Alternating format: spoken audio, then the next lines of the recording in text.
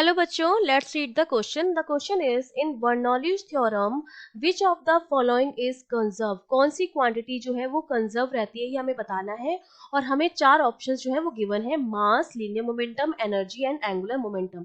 तो देखिए हमारा की कॉन्सेप्ट क्या रहेगा. की कॉन्सेप्ट में सबसे पहले तो मुझे पता होना चाहिए कि बर्नौलीज थ्योरम का स्टेटमेंट जो है वो क्या कहता है. ठीक है, बर्नौलीज थ्योरम का स्टेटमेंट ये कहता है, बर्नौलीज थ्योरम ये स्टेट करती है कि फ्लूइड की जो टोटल मैकेनिकल एनर्जी होती है वो क्या रहती है, कंजर्व रहती है.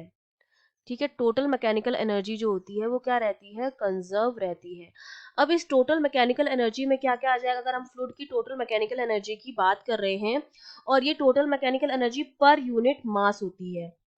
ठीक है, तो देखिए at any point in the sub surface sum of kinetic energy plus potential energy plus fluid pressure energy, fluid pressure energy, ये तीनों जो होती हैं कांस्टेंट रहती हैं पर यूनिट वॉल्यूम. ये तीनों की वैल्यू जो होती है फॉर पर यूनिट मास और पर यूनिट वॉल्यूम, ये वैल्यूज जो होती हैं वो क्या रहती हैं, कांस्टेंट रहती हैं.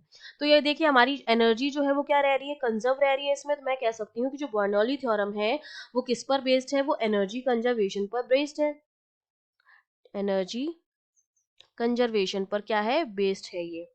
ठीक है, क्योंकि जो तीनों एनर्जीज होती हैं मूविंग फ्लूइड की, जिसमें हमारी ग्रेविटेशनल पोटेंशियल एनर्जी आ जाएगी, energy associated with the fluid pressure आ जाएगी और काइनेटिक एनर्जी आ जाएगी, वो तीनों की तीनों क्या रहती हैं, कांस्टेंट रहती हैं. That means C option is correct. जिसमें एनर्जी आपको गिवन है वो ऑप्शन आपका क्या हो जाएगा, करेक्ट हो जाएगा.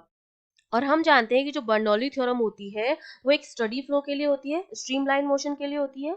ठीक है, क्योंकि जो स्टडी फ्लो होता है, किसी भी स्टडी फ्लो जो होता है फ्लूइड का, वो हमारा क्या होता है, स्ट्रीमलाइन मोशन होता है, स्ट्रीमलाइन मोशन.